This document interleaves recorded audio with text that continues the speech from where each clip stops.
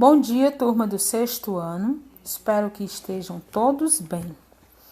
O nosso tema hoje são os povos antigos da Ásia.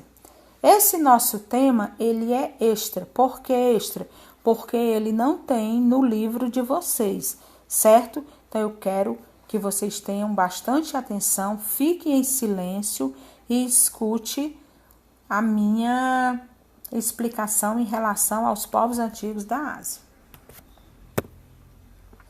As civilizações da Ásia, Índia e China na Antiguidade. A região que atualmente corresponde ao continente asiático era habitada na Antiguidade por vários povos de etnias variadas e com culturas próprias.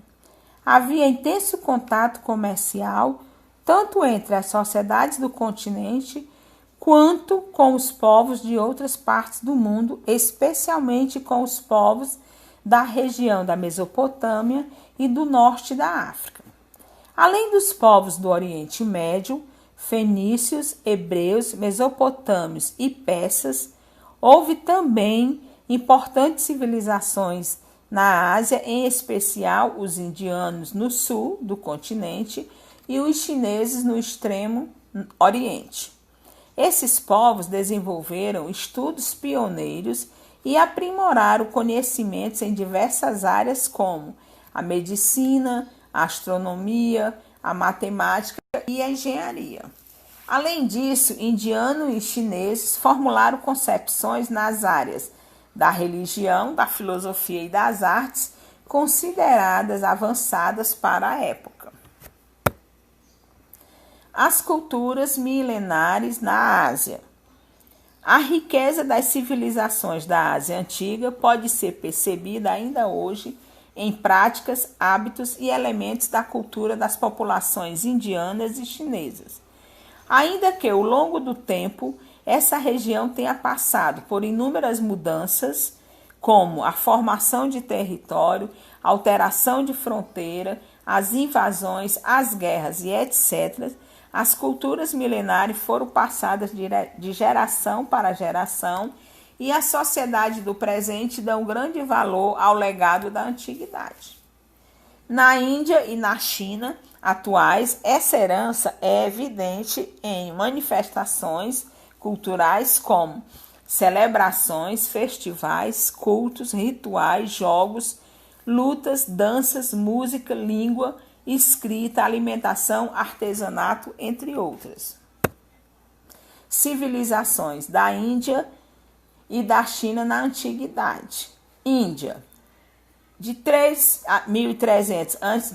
a 1.900 a.C., a civilização arapiana eram grupos humanos que haviam fixado no vale do rio Indo, se desenvolveram ao longo do tempo e formaram cidades como Harappa e Mohenjo-Daro. Comerciantes e mercadores estabeleceram rotas comerciais nas regiões que iam do Golfo Pérsico à Ásia Central e à Mesopotâmia. Já em 1900 a 320 a.C., a civilização védica. Nesse período, povos que habitavam o Planalto iraniano e povos do norte da Índia formaram pequenos reinos localizados próximo aos rios Indo e Ganges, que deram origem à civilização védica. Durante esse período foram escritos os Vedas, que eram antigos versos sagrados que continham explicações sobre a origem do mundo. Nessa época também houve o surgimento de novas religiões como o budismo, inspirado nos ensinamentos de Siddhartha Gautama, o Buda, nascido em 563 a.C. Ainda na Índia, 320 a.C. a 185 a.C., o Império Maurya, após a região da Índia ter sido invadida pelo Império Macedônico em 326 a.C., Chandragupta Maurya, rei da Magadha, unificou o pequeno estado e os demais existentes na região e fundou o primeiro grande império indiano. Meio século depois da morte do imperador Ashoka, neto de Chandragupta Maurya, o império sofreu invasões e foi fragmentado. 320 a 500, e o império de Gupta, após um longo período de fragmentação em pequenos reinos, foi somente a partir do século IV que outro império se estabeleceu na Índia. Isso ocorreu quando Chandragupta I, filho de um chefe indiano do norte, deu início à dinastia Gupta.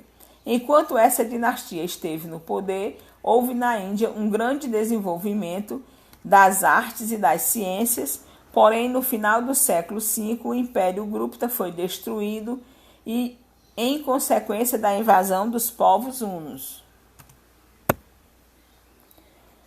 Agora na China, 3000 a.C. a 1500 a.C. Teve o período Xia. Durante esse período, grande parte dos povos viviam em aldeias às margens do Rio Amarelo. Pouco se sabe a respeito da história dessa época. 1500 a.C. a 1027 a.C. Teve o período Shang. Achados arqueológicos indicam que nesse período os chineses antigos iniciaram a produção de tecidos de seda, também de artefatos de bronze e de jade, uma pedra de cor verde compacta e muito dura. Além disso, foram encontrados cascos de tartaruga com inscrições que evidenciam a antiguidade da escrita na região e alguns costumes da época. 1027 a.C. a 221 a.C., o período Zhou. Durante esse período, os antigos chineses substituíram aos poucos os instrumentos agrícolas e as armas de bronze por arados, enxadas e armamentos produzidos com ferro fundido. A partir do século V a.C., muitos conflitos marcaram a história desse povo. Ainda na China, 221 a.C. a 206, o período Qin. Nesse período, o território chinês foi unificado e Qin Shi Huangdi tornou-se o primeiro imperador chinês. Durante seu governo, houve a padronização dos pesos e das medidas a fim de facilitar as negociações comerciais. No entanto, Huangdi também ordenou a queima de todos os livros que questionassem as leis propostas por ele, incluindo os livros atribuídos a Confúcio e Lao Tse. 2006 a.C. a 220, o período Han. Durante o período Han, os mercadores organizavam caravanas que percorriam longos caminhos em direção ao mar Mediterrâneo, conhecido como a Rota da Seda. Foi nesse período que o território da antiga China atingiu sua extensão máxima. Nessa época, os chineses realizavam vários feitos para extrair sal marinho e o aprimoramento das rodas de fiar. Os ensinamentos de Confúcio e Lao Tse foram novamente aceitos e passaram a fazer parte do cotidiano de muitos chineses. A civilização arapiana, as cidades no Vale do Rio Indo. Por volta de 3300 a.C., grupos humanos instalaram-se no rio Indo, organizaram-se em pequenas aldeias.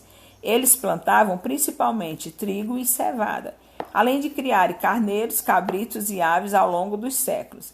Essas aldeias cresceram e transformaram-se em cidades como Harappa, que deu o nome a toda a civilização da região, e Mohenjo-Daro. Essas cidades, já a partir de 2600 a.C., eram populosas e apresentavam-se como prósperos centros econômicos. Entre suas principais atividades econômicas estava o comércio de produtos artesanais, como objetos de cerâmica, escultura em marfim e tecido. Os mercadores da época estabeleceram redes de trocas comerciais entre a região que compreendia desde o Golfo Pérsico até a Ásia Central e a Mesopotâmia. As cidades de civilização arapiana apresentavam uma organização e infraestrutura muito eficiente, o que se destacavam das cidades de outras sociedades da própria Ásia e da região do Oriente Médio. Elas eram amplas e bem planejadas, com espaço para mercados e banhos públicos, além de um sistema de esgoto e distribuição de água que só foi construído com o mesmo êxito quase 2000 anos depois dos romanos. A sociedade arapiana. O fato dos arqueólogos não encontrarem grandes palácios em suas escavações levou-se a crer que não havia governantes teocratas ou mesmo chefe de Estado soberano em Harappa. O domínio político seria exercido pelas elites, formada por ricos, artesãos e comerciantes. A ausência de grandes templos e a escassez de imagens religiosas impossibilitam qualquer suposição sobre a religiosidade do povo arapiano. No entanto, acredita-se que haviam líderes religiosos que desfrutavam de grande período social.